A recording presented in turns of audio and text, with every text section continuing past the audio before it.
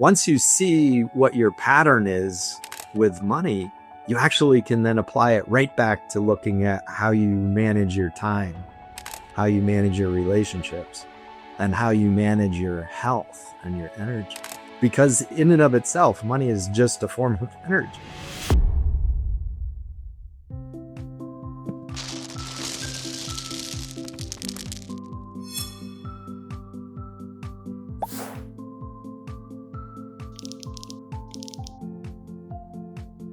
What if money wasn't the goal, but just one of the many currencies we trade to live a meaningful life?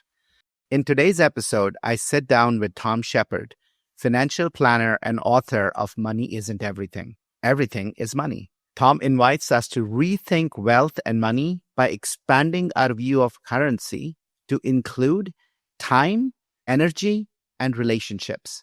We explore the 7 financial natures from taker to giver, and how understanding your unique money pattern can unlock not just wealth, but a life well lived. We also unpack why so many of us feel stuck in cycles of earning and learn how to break free by truly aligning finances with what truly matters. Friends, this wasn't just a talk about budgets and hustling and investing. It was a conversation about becoming. So if you've ever wondered when enough is enough, this one's for you. Let's dive right in. Tom, it is so lovely to have you with us. This is the first time we're talking live. We've exchanged lots of emails on LinkedIn and etc., but the first time, and it's such a joy to be with you. I'm so looking forward to this. It's been on my calendar for over a month, and just happy to be here right now and looking forward to this conversation. We just seem to have so much in common. Yeah. Well, Tom, I want to start with this question. You know, you've written this book. I have a copy of it here with me for those who are going to be watching on YouTube. For listeners, it's called Money Isn't Everything. Everything is Money. And, I love it. It was a book on happiness, and it was a book on financial planning. And I'm just curious, what inspired you to integrate these 2 elements together? I've read the book. I think it's fantastic. So tell me a little bit about that intersection for you. When I was young, I had an interest in money. I kind of grew up during the 1980s. There was a show on TV called Family Ties. There was this kid on the show, Michael J. Fox, played Alex P. Keaton. And there was so much about money in the 1980s. The stock market had come back alive after being pretty rough in the 70s. So I kind of grew up in this era. But my dad was an engineer, and so I thought I would go off and become an engineer and get into managing manufacturing processes and things. But my mom had a different idea. She thought I'd be an international mediator. And so when I got to school, I struggled with engineering because I didn't like it. Uh-huh. So I took a couple business classes, and I took some economics classes, and I even took a class on literary journalism. Almost failed out of school, but transferred to a different school. And one was public, one was private. So the relationship that I had about going to school, there's a story there that was so informative later in life as I look back and reflected on why did I make the decisions about going to one school, being unhappy, transferring to another one, what made me happy, and what got in my way of happiness. Because I was very unhappy at the first school I went to. And I was much more happy at the second school I went to. So this intersection of happiness and money, it's been with me for a long time. And it was having 2 little girls, my first 2 kids, little girls. Nothing makes a dad happier than playing with his 2 little girls, but they were different.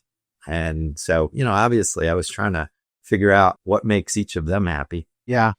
And so this personal experience and this observation of these new creatures coming into the world, what makes them happy?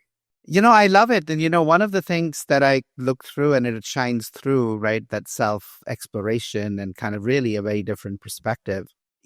I went to Booth. I got my MBA in finance and strategy. And at that time, accidentally in organizational behavior. I didn't really think I would be doing this work back then. But, it is so interesting to me. We spend so much of our lives pursuing financial wealth because we believe that is going to make us happy, right? Whether it's wealth, whether it's worth, whether it is whatever titles. But really, we are on this journey that we find ourselves. But we know from research, the other is true, right? That those who are happier are actually more successful, have more money, et cetera, et cetera. And in fact, if you're just accumulating, there is never enough. You don't actually quite know. So you're just in this accumulation piece. And really, we think about currency as a way to buy our life and everything else. I love what you highlight when you talk about currencies. And it's not just about how many dollars and euros and rupees and yens do you have, but you talk about 4 currencies. So talk to us a little bit about how, as you work with your clients, you invite them as they think about financial planning, and they really they come to you for a financial plan, but you have a different conversation, helping them expand beyond the traditional wealth currency view. Yeah. So what are those 4? So the 4 currencies are time, energy or health, relationship, communication and words. And then there's stuff, the material world, and money falls into the 4th category. So, the life that you're living, the time you are here on this planet, you're trading with energy to get money so you can come back and maybe buy the things that help you have a good relationship with life. So those are the 4 currencies. And the way you trade them, the very approach that you use is one of 7 paradigms, or we call them financial natures.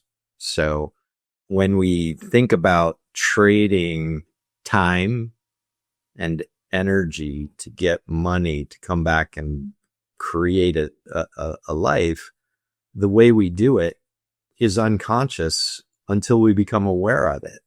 And I was 40 something years old by the time I had become aware of it. And yeah. I'd taken all kinds of other assessments, Myers-Briggs, Enneagram, DISC, Colby. I was in management, and management wanted to know what kind of person I was. And I took all these other assessments, but I'd never taken an assessment to tell me what kind of relationship did I have with these currencies, with money. So I want to explore them a bit. A question I have is the following. I love time in particular. If you go back to the Stoics, right? The Stoics would say it's not money that defines who's rich or wealthy. It's those who have their own say on what they do with their time, right? Right. And so many people in pursuing wealth actually become slaves. They feel they have no control, right? This is the life. And then we add in, and what's interesting, I was having a conversation about this yesterday. The other thing we do is when we fill our life with stuff, we again trade our time. And since we are so busy running, I was talking to a mother yesterday, that we lose relationships. We think we are relationship, right? We're kind of, I'm taking my kids here, there, everywhere because I've got all these experiences I want them to have. And your experience of that time is just busy and frantic and frustrated of like, come on, we're going to be late, or like, or drained, especially if you're working. And so the relationship, again, right, I think it's really, really interesting. The one that I didn't feel in your currencies, and I would love to talk about, there's one that I talk about. We have a very similar assessment, more on I talk about wealth, which is your stuff, health, which is the same as health. Then we talk about love, relationships. And then the 4th I always have people think about is meaning, meaning. What is the meaning you find in your life? What are you doing that fills you with joy because you are pursuing something bigger than yourself? Maybe even your personal legend that you think you're born for. So I'm curious about your take on meaning also as a source of another source of currency. What do you think? Where does meaning fit into your wheel here? One of your posts talked about an acronym called SHARP. Yep. And the S and the H And the R and the P mapped very well onto time, health and energy, relationships, and stuff. And the A in the middle is almost like it's a triangle, and it's the motivation. Are you motivated to protect? Are you motivated to manage? Are you motivated to pursue? We talk about discipline is one thing that people write about, how to be successful. You got to be disciplined. And the Stoics were like, you got to be disciplined. And that's kind of almost like the Roman notion of deny the self. But the Greek notion of know thyself is what motivates me, what drives me. And then the third one is that management piece is what motivates me to be disciplined. So when I was writing about this stuff, I would write when I was motivated. To actually produce the book, I had to hire a ghostwriter who had discipline. And since I was paying her and I wanted to get the book done, I was motivated to be disciplined. And she helped me to be disciplined. She helped motivate me to be disciplined. So this notion of desire, or what's my direction? What's my purpose? I'm trading those four things to bring purpose and meaning and focus to this life that I am creating. Yeah. Because it's such an important conversation, I think, to be had. And I'm so glad we've not had another financial, any person in financial planning or others on our podcast. It is so interesting because, I am 50. I turned 50 last year. I came to this country with $5,000, my first trip at 23. I came here with none. Right. That 5,000 was a loan, right? It was a loan. And I'd found myself, at 25 years later, right, from a place, even though I'd never actually thought about investments, but, I'd found myself 25 years later where I think I looked at, we'll get into those kind of different places where you can find yourself, where I was like, I think we have enough not to live a luxurious life, but I think if we just want to go beyond, like, we're not surviving, right? Like it's that notion. And so it was this invitation as I was turning 50 to just say, maybe I dedicate the second half of my life to actually fill my meaning bucket. Right. Because, that whole notion of the wealth, I mean, there is no limit. We come with nothing, we go with nothing. And so you can decide how much you want to accumulate and leave behind. That's it. But the meaning, the significance, the impact lives on way beyond you, right? And in certain effects, actually keeps multiplying over and over and over, similar to whatever you put in the bank. And so I decided that I was going to make a pivot and really pursue meaning and basically accumulate wealth through meaning rather than wealth without meaning, and become 25 years. And that's what I often find curious, right? What I'm curious about is, do you have people who come in your late 40s and 50s who, first of all, don't even know how much money they have, and the fact that they can break free from this cycle that they find themselves, that they feel, oh my God, I have to keep running because how am I going to do whatever?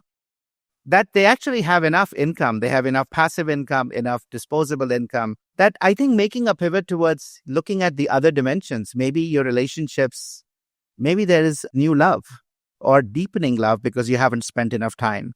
Or maybe your health is not where you need to be and you need to really spend more time on that.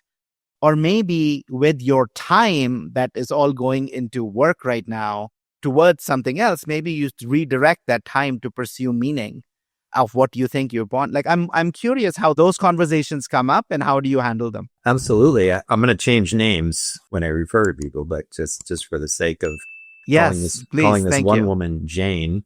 Jane has been approaching retirement for the last 5 years, and she actually has enough money to retire.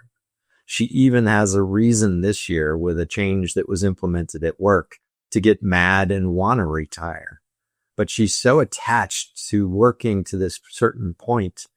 In the last meeting, she's like, next year, I will retire. And I looked at her husband and he rolled his eyes. And he said, next year's 25 years, but you said that at 20. at 22, 23, 24. This is like the fifth time you've said, I'm going to retire. Right. So there's a certain type of person that finds it very difficult to go from 40 years of working and earning and defining themselves as a earner. It's hard for them to know what to retire to. Yep. Because for that person, happiness might be the satisfaction of working at something. Maybe it's even hard. Maybe it's even difficult, but the earner, manager type of person finds it very difficult to retire, period. Yeah.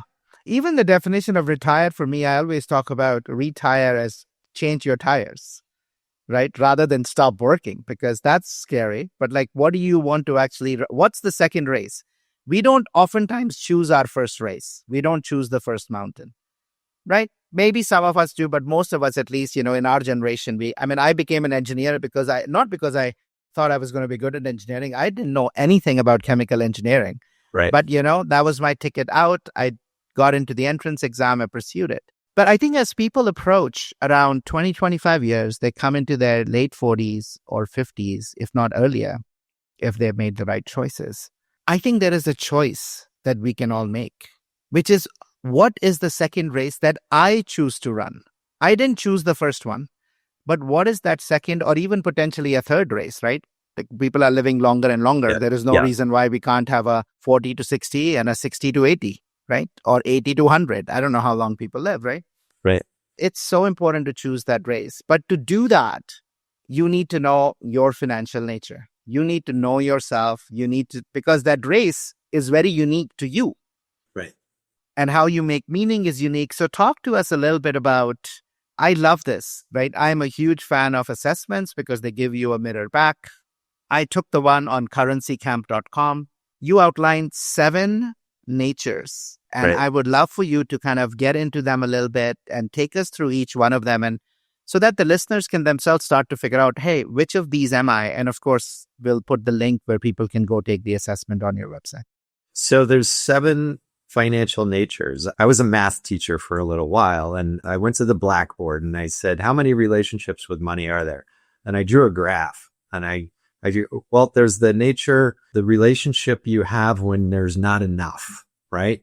The money coming in is less than the money going out. Yep.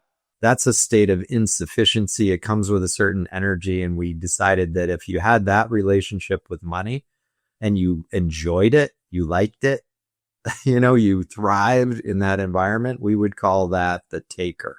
Mm-hmm. Who do you want taking the shot at the end of the game? You want the taker, right? The person who's up for the excitement. The next nature is, what if there's sometimes enough, but sometimes not enough? So there's enough over time, but it goes up and down. And we called that the spender. And we associate that with people who want to use money to have fun. Then the third nature is the earner. It's a state of efficiency. There's enough all the time, but there's not more than enough. So you can figure out how to align it by making it align or going with it as it goes up and down. That's the earner.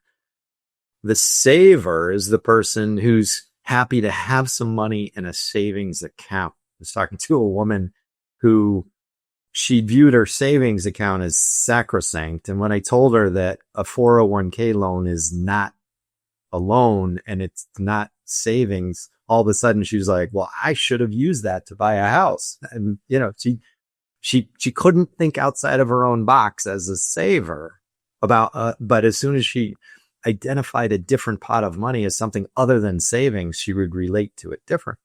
So that's the saver. Then you have the investor.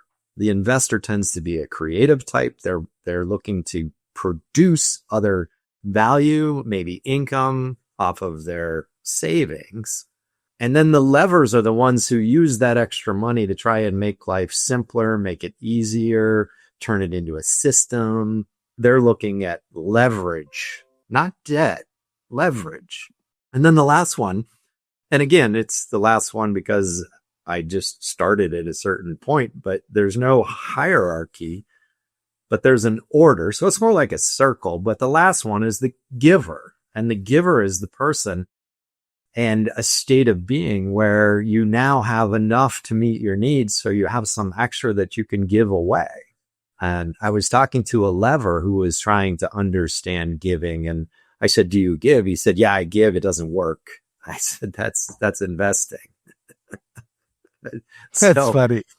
So, one of the things, it took me 20 years to write the book because I had to get very, very specific about terminology and words. In the 4 agreements, we are introduced to this notion of, be impeccable with your word, but it's also be impeccable with words. Like, yes, they mean something. And so some people attach to the notion of a giver and they say, oh, I wish I was that. But I had one woman who got taker and I could see she was agitated. And I said, what's the matter? She's like, it sounds so bad. I don't like what I got. I said, well, what do you do for a living? She says, I'm a photographer. I'm like, okay, great. You take pictures for a living. Do you do it instinctively? And she's like, yes, it's like a gift. I'm like, well, then you should accept it because the word's not bad. It's just a symbol of the energy that you bring to this career that you love. You are a taker. Love it. Get into it. I think that is actually quite powerful. So friends, one reaction to what just said, Tom, is these are, you tell me if I'm getting this wrong, but the nature isn't something that this is who you are, right? And you will always do this. I think I'm taking away from even this conversation of what you've just said is which archetype you might fall into. Your tendency would be, instinctiveness is a strength, impulsiveness, as you highlight, as a weakness. We will be moved in a particular way if we are unconscious, but we can consciously choose to take that energy and act on it or not act on it. Right. Right? It's not just, oh, you are a taker. I mean, and it's interesting to me because when I first read Taker, I was like, wow. So, give and take, Adam Grant, right? That's not the taker you're talking about. There's, when somebody gets giver or taker, I mentioned Adam Grant's book. I'm like, this is a great book for you to go read because to give with the right notion and in the right way, you'll be successful. Otherwise, yes, you'll be a doormat. So every single one of the natures has a strength, has like everything has a else side that you can, but it also, each nature has a shadow side or so the saver, you ever watch the show Hoarders? Oh my God. Yes. And I think about the investor, investing, taking too much risk, concentrated risk. That's too much of something. But you know what else is too much of something? Over diversification. So there's ways to over or underdo every single one of these relationships with money. To be successful in life, you've got to master them all. And you get to master them through different stages of life, different levels within that stage, and even with different states as you move through a level. So this, for me, I'm a lever. I built this system, but it's not even a system I built. It's more like I discovered patterns in all kinds of places and then said, this applies to money too, because money is an energy. And if energy works this way at a cosmic or a quantum level, then maybe it works at this level that we're dealing with each and every day as we handle money or energy and do so over a period of time. We hope you're enjoying this episode and would love your help in spreading awareness and furthering our mission to help 1 billion people rewire for happiness. Please consider leaving us a review and sharing this podcast with others in your personal and professional life who you feel could benefit from some of these very insights. It's a really simple way to extend and spread positivity. Also check out Rewire, our proprietary offering to move you from knowing to doing, on the Happiness Squad website, www.happiness-squad.com. Rewire uses the science of habit formation and the power of community to help you build happier habits in 5 minutes or less daily. Now, back to the episode. So in this assessment, right, I came across as a giver. Right. Right? But Do you go through a cycle through all of these in different stages of your life, or do you always start one place? Like, how do you think about this? You did a post where you talked about, Yep. be more human. So what does it mean to be more human if 5% of your brain is what you're accessing because you are wired that way? Like you were born a certain way. So you've got like this 5% of how you can be that is driving everything else. And so that's what we talk about as being your nature is this, Is the 5%. This 5%. You can use that 5% to become aware of the other 95%. And guess what? Life is trying to teach you by introducing you to other people who are not like you to become more like other people. And that's where we need each other. We need each other to self-actualize. We need each other as a mirror to reflect the blind spots in our being because they can see them better than we can see them. Yep.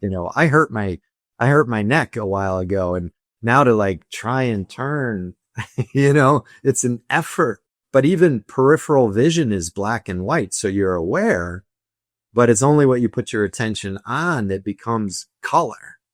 So the goal in life is to become all of these things. There's an order to it. And if you learn to play your scales in music or in art class, mix colors, then what we're doing with these relationships with money is we're doing our scales and we're mixing colors. And if we do it well, we will move from one state to another state and eventually up a level. And we will learn to be more fully human and more useful as a human being who has more skills and more resources to pool in order to, in our word, evolve with your money. You are born to evolve and become a better version of yourself. I love it. So what you're highlighting is this notion of there are these 7. And as you actually master these, you move to the next level. So it's an infinite game. You can keep playing level 1, level 2, level 3. And it's a journey towards higher and higher maturity. And with that, more and more freedom and choice that you are choosing to design consciously. I do like the 7 colors because, it's very hard to paint a beautiful picture. I'm looking at some of Gaudi's work here on our wall. And I can look at all the different colors. Like you want different colors. We don't want just one color. If you think about the album Dark Side of the Moon by Pink Floyd, it's got a picture of a prism on the cover and white light goes through the prism and comes out the other side. You got 7 colors. And there was a point in my life where I was going through something and I was seeing rainbows everywhere. And the rainbows were a symbol of hope that I could get through this time. And on the other side, life would be even more vibrant. Right now, it's stark and it's white and it's bright and it's a little too much. But on the other side, it will be better. And it was like hope and a promise. And on the other side, it was. So, the way we get through life is to go through it, and we are trying to protect what we have, manage what we have to get what we want. And so need and want are both in play. Neither of those words is bad either. Yeah. And pursue something that we are being called, right? Which is innovate the future. So I love those 3. So each one of these you highlight each one of the 7 have these 3: protect, manage, and pursue. Right. That can lead to different behaviors. Right. And how they would manifest. I love this idea. You were touching on it before, Tom, of how we evolve with money, right? So evolve with money and through that start to flourish. So talk a little bit about when you talk about evolve with money, what do you exactly mean? How can people start that process? What does it mean and how can you start it? So the tagline was, we were trying to bring Eastern philosophy and Western philosophy together with science. So evolve with your money is like taking the wisdom from the East and the West, state and flow. So evolve with your money means identify your state and the direction of your flow based on who you are, right? Like if I said, Ashish, come stand here, and you came and stood exactly where I'm standing, that would be two different places because you're bringing a completely different experience to that place. And so immediately it becomes a different place. And so who are you? Where are you? Where do you want to go? Great. We start with that. We gather the information. We get like the black and white data.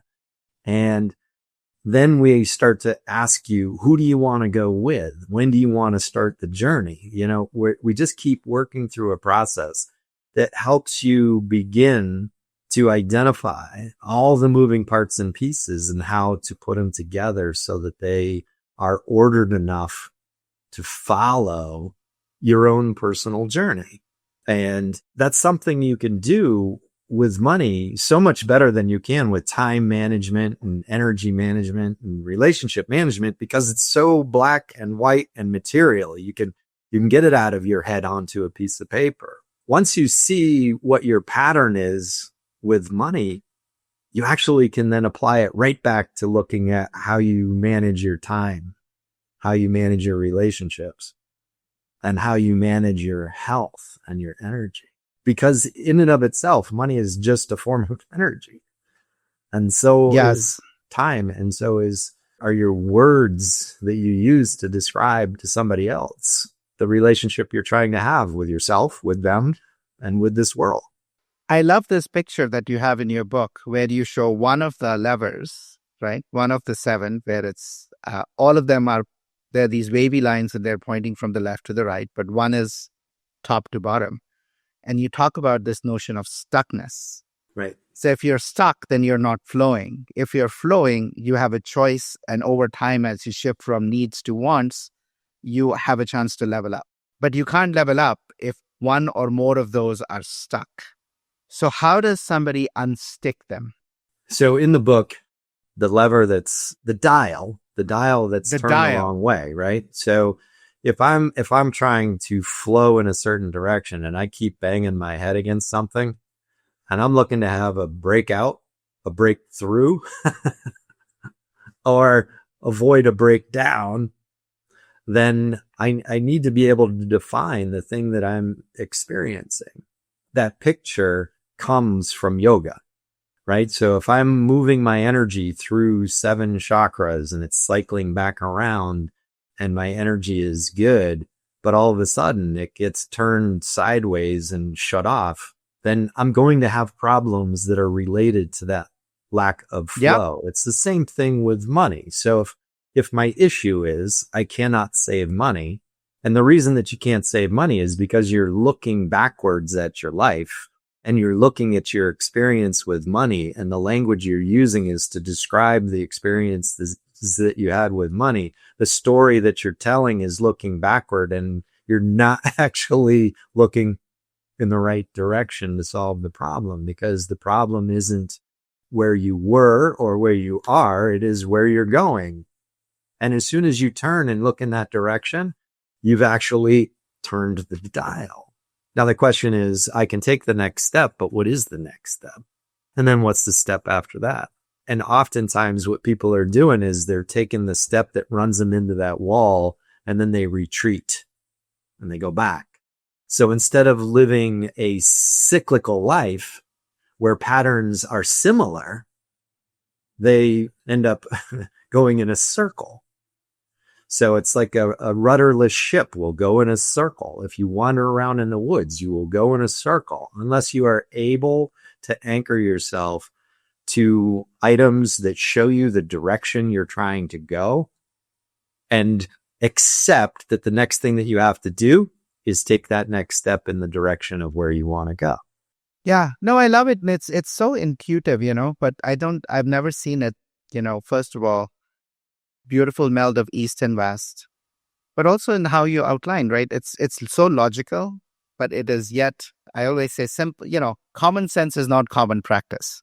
Right. Right. And if we don't really think about the full, we are too stuck playing this chapter or maybe the next chapter, but not our life. And then life doesn't evolve the way we want, right? There is a notion of flow and consciously choosing how we live. And so I was just reflecting, right? Like you have in this particular flow, earning, I'll just start from there, right? Earning, if you're not earning enough, you probably won't save enough. But if you're earning and you're saving enough, that gives you choice to invest. If you use to invest, then it allows you to not just invest your money, but think about levering up with that Right. to be able to make more than what you can with the money. And from that place, you can think about giving. And again, if you give the right way, you then almost are going back to the beginning of, okay, from that, what becomes possible? So do you, with your clients, as they have a conversation about what they want to do with money and the life they want to live, which is so interesting, right? We come to what life we want to live after we have enough money to go see a planner versus the beginning of what life do I want to live? And hence, what should my journey through these 7 look like? Notice that spender comes before earner. So Uh-huh. we will ask people first, before we talk about what you earn, I want to know how you're spending your money. And then I actually want to do an exercise once we've identified how you spend your money. I want to know what you want to spend. Like dream about what you want in the future, the way you did when you were like 9, 10, 11, and 12 years old. Yeah. You were young at a certain point, young enough to not have been indoctrinated into trying to fit your life into how much you make. Like, no, how much do you want to make? When I was 15, I knew I was going to be a millionaire by the time I was 30. And so when I talk to a 50-year-old that wants to be a millionaire by the time they're 65, I look at them, I go, you've got a lot more experience. You know a lot more. And so why can't you have as much optimism as about the next 15 years as you did when you were 15? That makes no sense to me, that you are burdened by knowing more, right? So it's our nature and our story that we look back at. In Peru, the future is referred to as being behind us because they'll admit that they walk backward through life. But the truth is... Tell me more about that. I have not heard that. So you have to tell me a little bit more about that. I'm very curious. So when we are trying to make a decision about what to do, we often look at our experience, right? If time is the independent variable, then life is a series of ups and downs. Yep. But if time is the dependent variable, it's lefts and rights. So Einstein freed us from this notion of time being the independent variable. In the book, The Big Leap by Gay Hendricks, he talks about Einstein time, and he uses the good date and the bad date to talk about how time can be experienced in a relative basis. So you're on a good date, it goes by quick. You're on a bad date, it goes by slow. Why? And it's because you're paying attention to every moment in the bad date, and on the good date, you're in the flow. You're just kind of experiencing it and loving it. And by not paying attention to it, it goes by fast. In transcendental meditation, they talk about if you can get into this flow state and stay there, then life will go by really fast, but it won't matter. Yep. But the person who's experiencing drama after drama after drama, life is like, when's it going to end? Right. And so by paying more attention on the good date to the moments, to be in the moment, to be there and paying attention, you can make it last long. And to savoring, make the really savoring those moments. Yeah, really savor it. For the bad date, just carry cash. And when you feel like it needs to end, then just pay your half and call it a day. I was sitting with my daughter. My middle daughter is a saver. And we were sitting there watching a movie, and we had a bowl of popcorn we were sharing. I'm a lever. And so I went in with my crane and I just tried, get it in there somehow. And she goes in, she takes one out, and she looks at me, goes, you could savor it. I'm like, yeah, but for me, the experience is of leverage. For her, it's savor, comfort, relaxation. So on so many levels, we are very naturally a certain way in the way we go through this world. And so we build these experiences based on being that way. And then we look back at them and we think the way that we were, the experiences we have, that's how the future is going to play out. But in truth, the future can play out anyway. We control very little of what happens. We just control our actions, but somehow we feel we control our destinies.